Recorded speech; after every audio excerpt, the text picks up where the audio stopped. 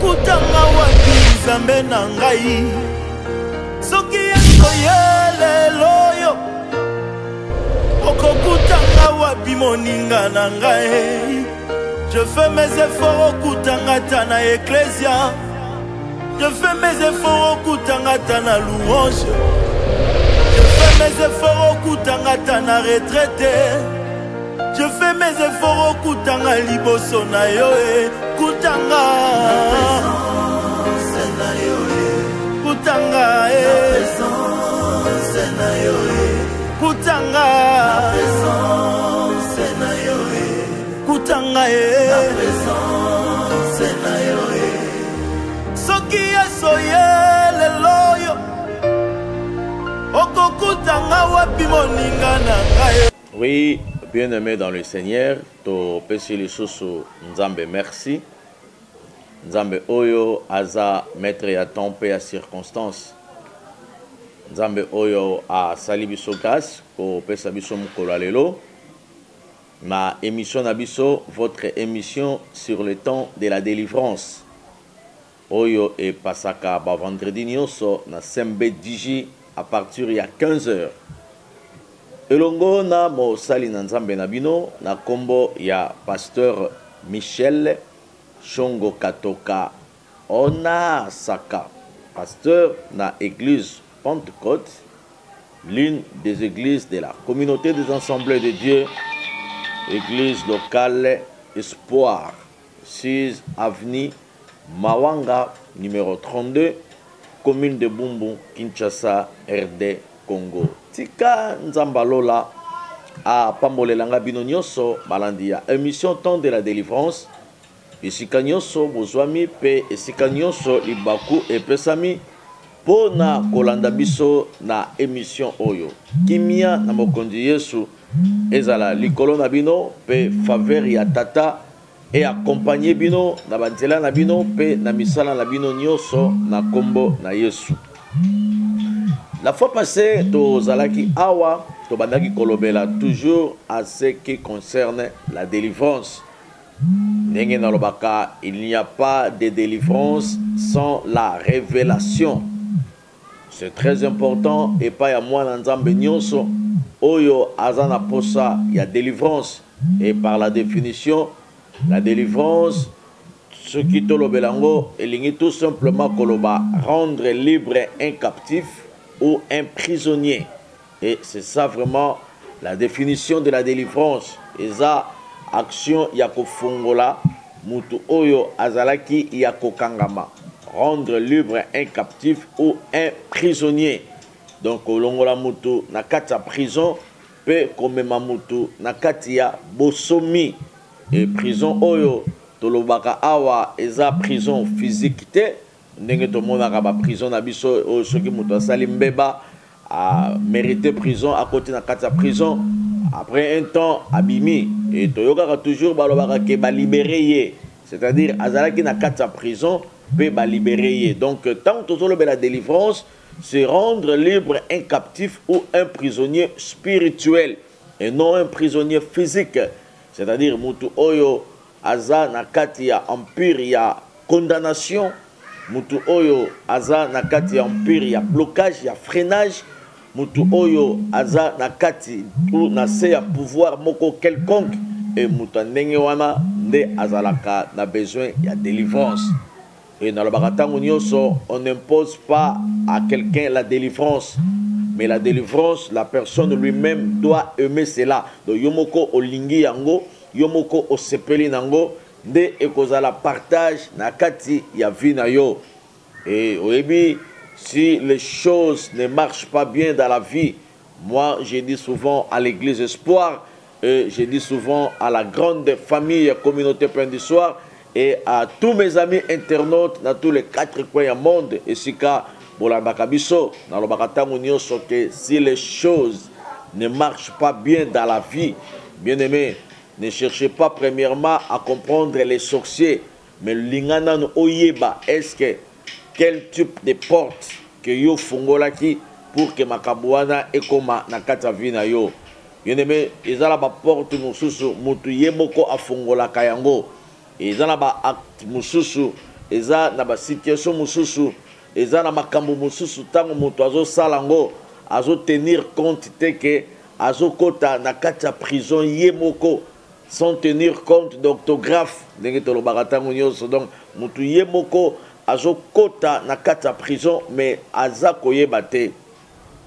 Lelo bato ebele ba se retrouver na kati ya condamnation, bato ebele ba se retrouver na kati ya blocage, non aboutissement au projet, non aboutissement aux affaires, non aboutissement na makambo oyo eza préoccupation ya mutema, suite nanu ya bandoki te mais suite ya vie na yo moko. Yango Bible ezoloba na Deutéronome, je mis devant toi la vie et la mort, la bénédiction et la malédiction. Quitte à toi de choisir, bien-aimé. Tant que tu kolobela à ce qui concerne le pouvoir de choisir, c'est-à-dire mutuye moko adana pouvoir ya ko choisir, mutuye moko adana pouvoir ya ko pona. Mais Bible lobi, choisissez le bien. C'est ça la pensée de Dieu pour son église ou son enfant, sa fille. La pensée de Dieu est que tu choisisses le bien pour ne pas que okoya na kataba condamnation, okoya na kataba blocage, to okoya na kataba non aboutissement na makambo oyo ozanango bosenga.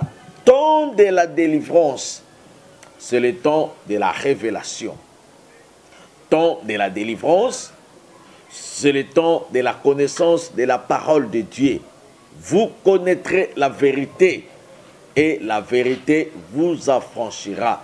Et si donc le Fils de Dieu vous affranchit, vous serez réellement libre.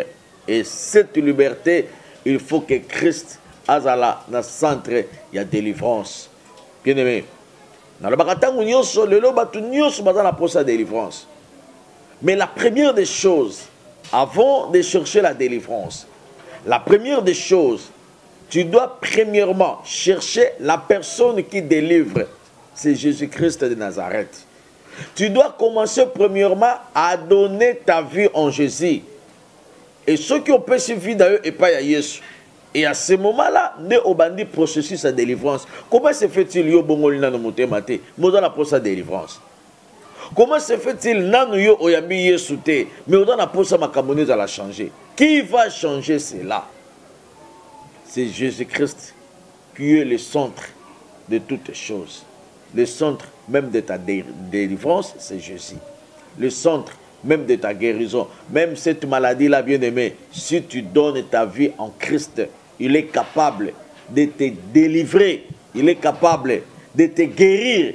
Peu importe le nom de ta maladie, peu importe le nom de ta situation, peu importe le nom de ton problème, mais Jésus-Christ est la solution. Il est la solution pour son peuple. Il est la solution pour son église. Il est la solution pour nos situations.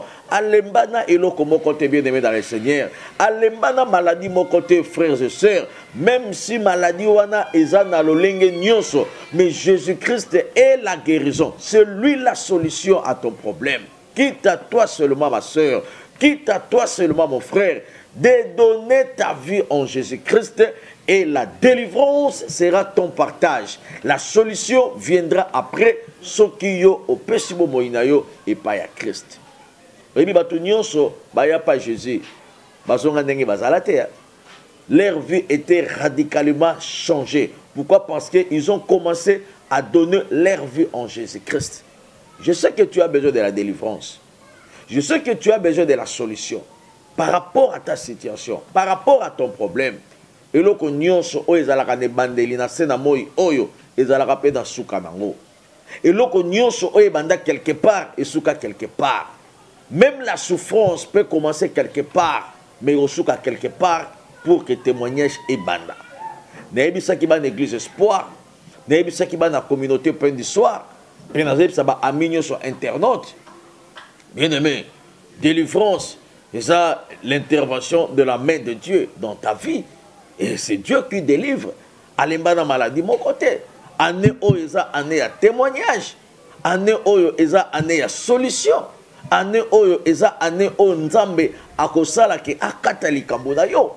Et loko nyonso oyo eza na bandeli ma sœur ezala pe na suka nango. même maladie wana oyo za nango eza na bato babela maladie wana bakufa nango eza pe na bato babela maladie wana babika nango. Quitte à toi seulement de choisir, et si yo au choisir la vie nzamba ko bikisa yo, nzamba ko changer yo, nzamba ko kangola yo.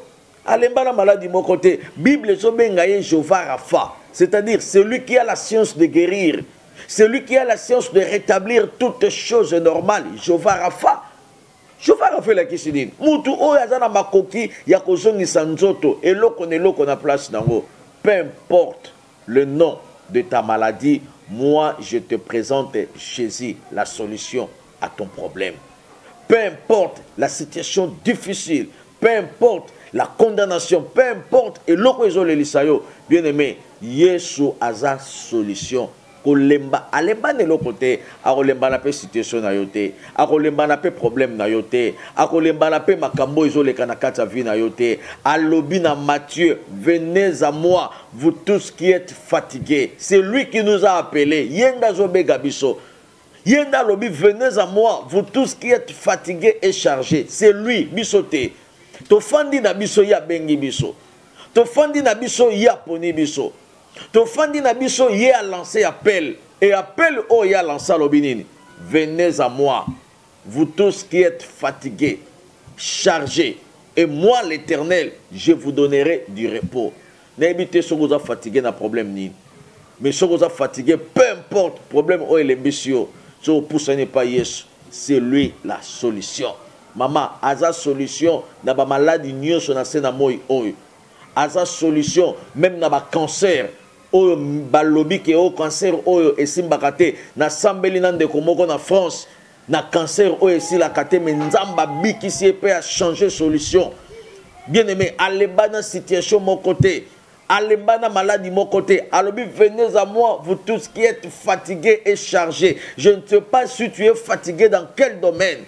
Même si tu es fatigué dans le domaine ya musala, ozo sala ba demande ozo simba kakate, ozo sala ba demande bazo ko engager o kakate. Bien aimé, zonga nanu pesa bo moine pa ya nzambe. Omoni mondo tozali lelo. Monde molili est dominé dans ba influence ebele. Monde molili bien aimé dans le Seigneur, ceux qui osent en nzambe actuellement. L'église espoir, le diable a le pouvoir ya ko manipuler yo na ba domaine nyonso. Na pesa ki bino témoignage en de komoko songolo. Oyo atanga ki asilisi classe ake ko sala interview pour ki ba engager na organisme moko ya munene international. Et tant ake ko sala test ba azui na test mais mukolo oyo esengela ki a passer na interview. Bien aimé, ba jouer longinaye ya mwana mobali ba commission longi ya mwana mwasi bazo mona na ba plante bazo mona na ba rouge à lèvres mais mwana mobali tala chose na nzambe te ezala makambo mususu yo ebit ndenge ba mona relote yo kanisa koza mwana mobali mais soki ba manipuler yo na bisika o yo ifalaki ozwa intérêt malamu. On peut même manipuler ton visage, on peut même manipuler votre figure soko za na nzambe te. Ce monde est sous la puissance maléfique. Mokili oyo ezana se ya nguya ya satana. Soko za na nzambe te mama, soko za na nzambe te papa, même babiloko ezana droit na yo. Diable akoki ko changer yango a commission e pa batu mususu. Yango na yebisaka bana nzambe. Soki o telemité na prière, situation wana e telemi e ko ici yo. Soko telemité na prière, situation wana e ko lalisa yo pe e enterrer vie na yo. Soko telemité na prière bien aimé. Même makambo o ezana intérêt na yo et kozala changer et na intérêt à batu mususu. La manipulation spirituelle. Nzamba sala biso grâce na moi o ezoya na ko parler sur la manipulation spirituelle. To rejoint même pendant un mois na ba émission na biso o ya Kinshasa to parler sur la manipulation spirituelle parce que le monde des esprits peut te manipuler mais yo zoye baté. Et ça la réaction mususu mobali ko ko mango na ndako mama. Sokoza na molimo mosantu o comprendre que non o eza caractère à mobali na ngai te o eza caractère à moi si na ngai te. Quelque part le monde des esprits eza ko manipuler. Et s'il y a la manipulation spirituelle, quelle sera ta réaction? Comment tu dois te comporter pour que la manipulation spirituelle est dans la likola vie na yote, est dans la likola foyer na yote, est dans la likola vie ya bana na yote. Et c'est pour cela, dans le mois prochain, par la grâce de Dieu et tokolobela makambo o nyonso pour que kombo nzambe ekumisama pe kombo nzambe ezwa lokumu. Bien-aimé dans le Seigneur, n'habite sur aux fatigués dans le domaine nini, mais il y a sali appel, toye pas inaye, mutu nyonso aza fatigué. Mutu muso aza fatigué, nanso aza na courage, mais na domaine moko songolo, ba fatigue oyo na lobi te ke mutu akomi vieux, mais na lobi fatigue, oyebi soki ozo sala likambo moko ezo simbate, et me marape fatigue. Fatigue ka na nzoto te, même na niveau ya moral, même na niveau ya esprit. Oyebi soki mutu aza fatigué spirituellement, bien aimé, bakoki même kopesa biloko kolia. Appétit silaka, fatigue longolaka mutu na appétit. Moi, je suis fatigué dans quel domaine? Peut-être dans le domaine de voyage. Au mec qui voyage dans le domaine comme fatigué. Peut-être il faut rejoindre moi Sinayo. Peut-être il fallait rejoindre Bananayo, rejoindre Mobali Nayo. Bien aimé, au mec qui voyage dans le domaine. Nakutel nande comme pasteur Michel. N'a commis déjà fatigué. Na mec qui voyage dans le domaine. Na meki ba changer nga ba kombo ngam naza mukongo na komiti na kombo ya ba luba penda ko otali penda bo chibola makenda mais yo mukongo ba kombo o ya ba chibelebele oju ngo wapi tout ça pour que azwa visa abi pasteur na luki visa na ndenge nyonso na changer même ba kombo mais na oswa kakate na komi fatigué na ye ko yebisa muto aza fatigué. C'est Jésus-Christ qui donne la force, c'est Jésus-Christ qui donne toutes choses. Cause à la fatigue du Kanzambe, Ayebitina. N'ébite aux fatigués dans le domaine nini. Domaine où on a oiseau les lisayo, Yesu a longi sabatu. Cause à la fatigue te.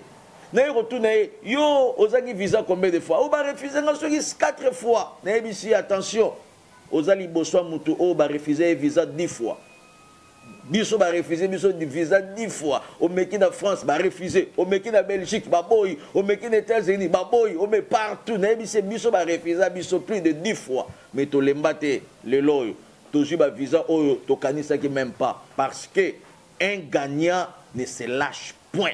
Un gagnant azonga kasimate. Na lingi na bisa yo mama.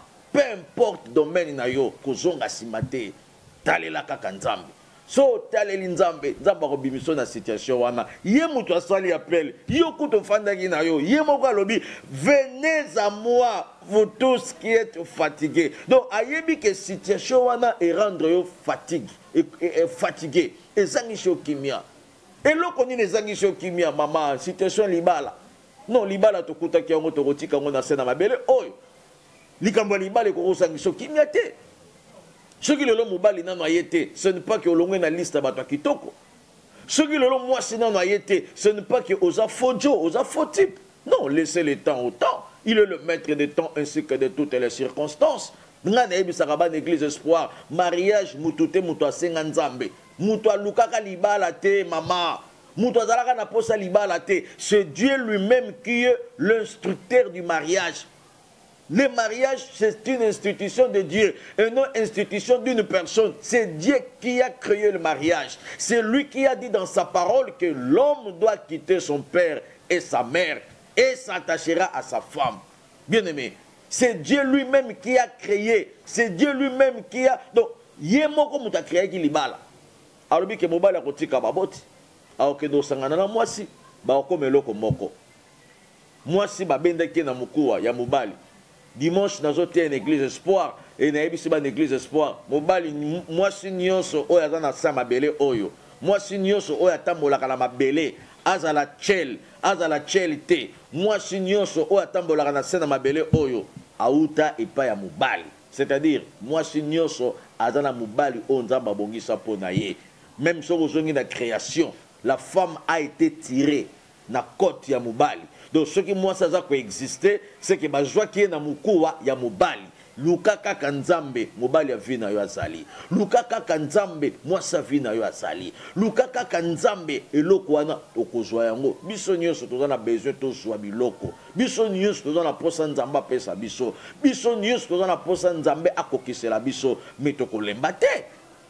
Mwana nzamba lembaka te. Mwana nzamba zonga kasima te. Un gagnant ne se fatigue point. aussi longtemps dans nos simbions na maboko te okolemba po na nini ndeko moko ayebisanga pasteur Michel na okende so na église wana te natuni epo na nini okende so na église wana te abi église wana façon baobetiselanga mabaku na sundoli nanga église na fandi nanga na ndako bien aimé donc yokendelaka église mpo na bato mwana nzambe akendaka mpo na bato te.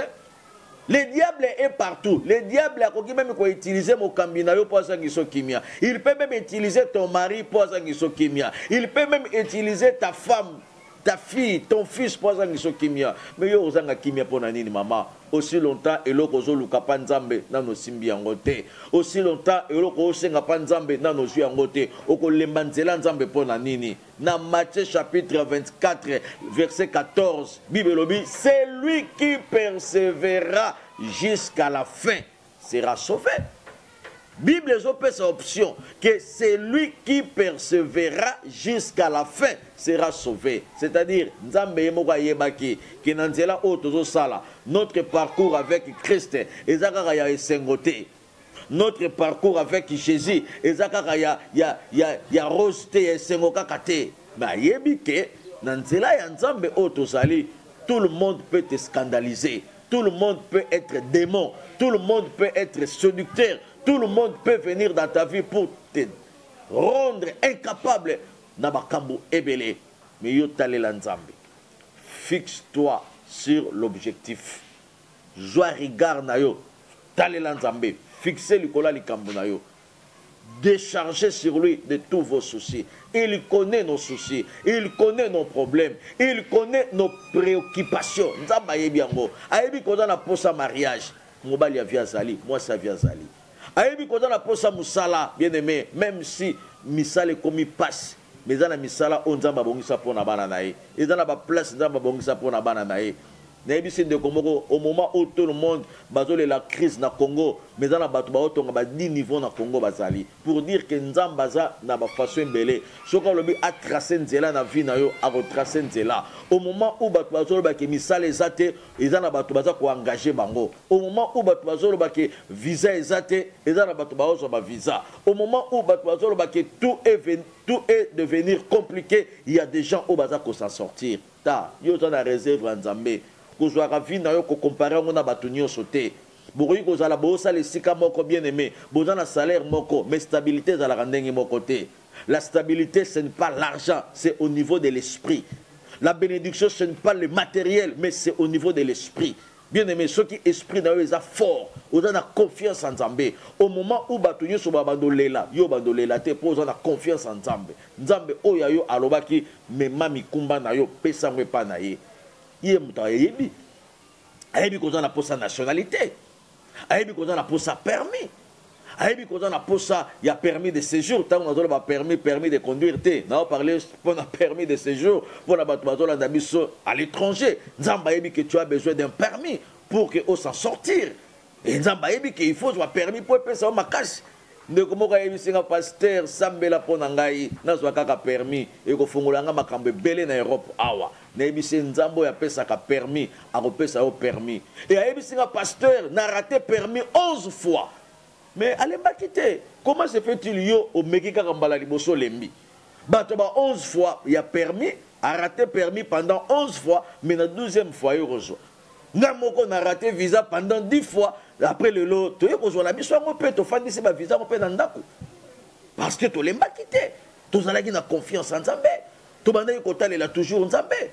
Aux mois de déception, tu as libala. Oh, mi bali nyonso baza mabe. Ngana ko bala lisusu te. O bala lisusu te. Est-ce que c'est biblique? La Bible dit dévale mieux que.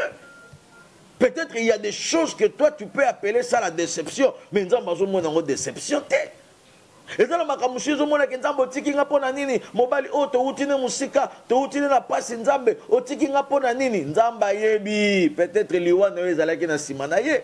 Il y a des choses au biso to condamner nzambe mais nzambe na lola abengisi ba ange abengisi ba chérubin abiboya ngana sepeli na likambo allez tokumisa ngai bopambola ngai parce que mwana nanga lingaka kufa na nzela mwana mbali oyo mwana nanga lingaka kufa na nzela mwana mwasi oyo tala déception oyo zo benga déception nzambe na likolo a organisé concert na ba ange kolobake kombo na ye kumisa mapobo kabo il y a d'autres divisions il y a d'autres séparations et je ne parle pas de tout il ne faut pas confondre les choses parce qu'il y a beaucoup de gens oyo balandaka mateya bazo lukaka esika moko boye po babebisa mateya te na lobi boye et dans la déception mosusu mutu amoni yango déception mais nzambe amoni yango déception te nzambe amoni yango délivrance. Abraham azalaki na Lot bao marché ensemble na Lot mais nzambe ayebisi Abraham il faut qu'il akabwana na Lot mukolo oyo Abraham akabwanaki na Lot tanga na Genèse bongo banda kala azalaki na Lot ayebisi ete pona nini tala ezala bato mosusu okanga bango na vie tala na ofongolo ya solo ezala bato mosusu soko okanga mine na vie okozwa retard na vie. Oh, dis-moi qui tu fréquentes et moi je te dirai qui tu es. Et dans la moutou moussou, ceux qui viennent au kangamina bien aimé, moutou moussou, venant au kangamina, au kanisi goza pour avancer, Djorozo quitte la vie. Et dans la moutou moussou, peut se au kangamina, au comment sentir bagabe comme il fungwama. Et comme il fungwama. Bien aimé, il faut luka les côtés les plus faciles, les côtés les plus pété. N'engue ba kinoa balobaka. Luka les côtés les plus pété. Tout le monde oyebi banaete, to koyi koyeba na ba combo, to yeba ni bilongi, mais biloko 4. Toyeba na kate mitema toyeba nite ezana mutu musu ozo partager ne makambo nzoka yazo sepela makasi ndenge mobali wana kimio ezana mutu musu ozo mone ya quartier leki ya quartier na solo la na partager ne likambo wa mobali nanga na partager ne likambo mwasi nanga nzoka ye azo zo makambo zo partager na ye azo betango na famille azo betango na wenza somba zigida o ya France azo betango na wenza bayaka o ya Italie azo betango na wenza so ya liberté o ya Canada. Azo baby sa réputation. Bien aimé, ça c'est le temps de se confier à l'Éternel. La Bible dit confiez-vous à l'Éternel et vous serez affermis. Confiez-vous à ses serviteurs les prophètes et vous réussirez. Yo confiance ne pas nani. Yo zotale la nani. Bato batale la bato batala toujours dessus. Muto azaka ka muto akotika la muto na kati ya bato. Tale la nzambe. C'est lui la solution à nos problèmes. C'est lui la solution pour tout ce que nous avons besoin. Moi, je ne connais pas ton besoin, je ne connais pas ton souci, mais je te présente Jésus. C'est lui qui a dit dans sa parole, venez à moi. Vous tous qui êtes fatigués, n'avez fatigue nayote et dans le domaine inine. Ceux qui fatiguent nayo et dans le domaine ya musala kolembate. Ceux qui fatiguent nayo et dans le domaine ya promotion, batubaye na sima bazu ba fonction, batubaye na sima bazu ba promotion. Mais yo tikali kaka wana, ozo la kisa batunzela, bato yo la kisi musala, babimi na ba grande distinction. Mais yo ozo tikala toujours sima. Qui est derrière ta situation? Qui est derrière ta souffrance? Qui est derrière ton problème? Et c'est Jésus-Christ qui est la solution. Venez en lui. C'est lui qui même qui t'appelle. Ce n'est pas le pasteur Michel qui t'appelle, mais c'est Jésus-Christ qui t'appelle. Venez à moi, vous tous qui êtes fatigués. Vous êtes fatigués dans les Cambonines. Yebi Sangai. Mituna question. Fatigue dans le domaine inine. Ce qui est dans le domaine Yambongo, c'est Dieu qui donne l'argent. Ce qui est dans le domaine Yabafer, c'est Dieu qui donne. C'est Dieu qui nous connecte avec les gens. Akuta nisaka batu da batu po batu ba sepela. Bien aimé. Joie regard na yo fixé en pas en Nzambe. Oza fatigué na domaine inini. Ceux qui na domaine à classe, ozo tanga ba point bunga kaka. O mata classe na mi kakatano bien aimé. A to sali examen bien, jamais ozo ata 12 sur 20, ozo ara 4 sur 20, ba 3 sur 20, mais ozo travailler bien. Toujours ba point bunga ka, toujours ba point limwaka, bien aimé Luka Nzambe. Peut-être les gens dans le boko moko invisible et tchama la vie na yo pour sengoté. Peut-être les gens dans la main invisible et tchama la vie na yo pour exceller pour avancer. Mais ceux qui ont télémi, au luki délivrance, ceux qui ont télémi pour la situation wana, nzamba ko aider yo. Na sepela kana Bible dans Matthieu chapitre 15, na histoire ya femme cananéenne, une femme païenne qui ne connaissait pas Dieu, une femme païenne ou pagano. Femme cananéenne, moi c'est mon pagano. Aïba kinzambete. Mais tant que mon situation na ye, ezozangisa kimia. Tant que mon situation moi na ye, ezangisa kimia. Abina hotel mana olukanzambe. Mais maman yoba na bazo balate, au monde normal.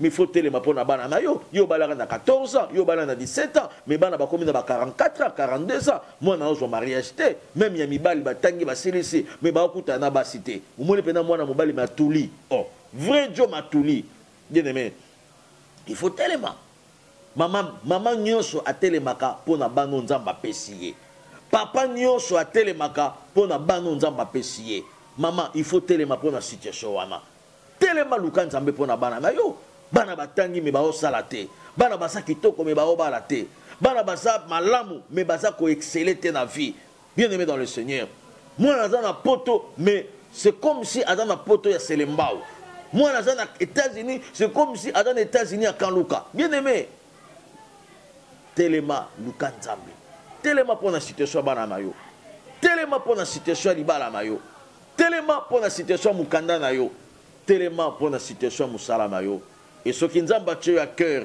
au côté de contact na pasteur Michel nous sommes sur avenue Mawanga numéro 32 commune ya Bumbu Kinshasa RD Congo église Espoir Ezawana chaque mercredi tout dans la culte enseignement parce que il n'y a pas de délivrance sans l'enseignement mercredi tout dans la culte enseignement de 17h à 19h vendredi tout dans la culte à délivrance de 7h à 19h puis jeudi nyonso na dans la bureau pour na koyamba de 9h à 15h dimanche tout dans la culte et adoration de 9h à 12h et de 13h à 15h na zalaka wana pour na koyamba batu nyonso o basangani na biso mbala liboso pe to sambelaka na bango et ce qui nzamba tio na mutema pour que to kutana numéro na biso yangwana 00243 89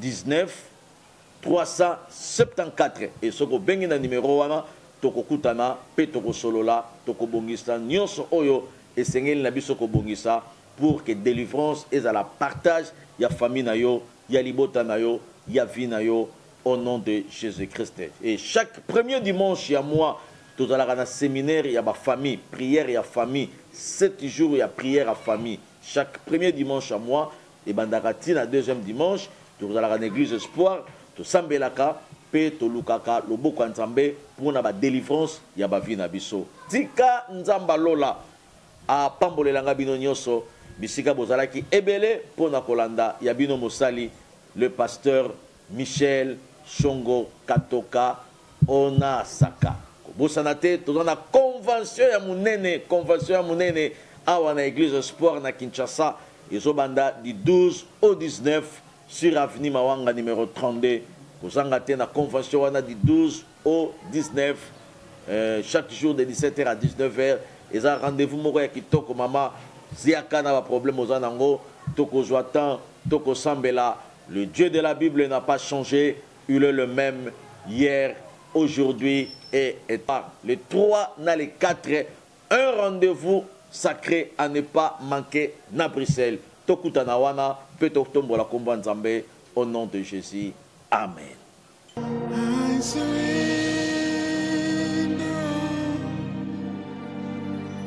to you.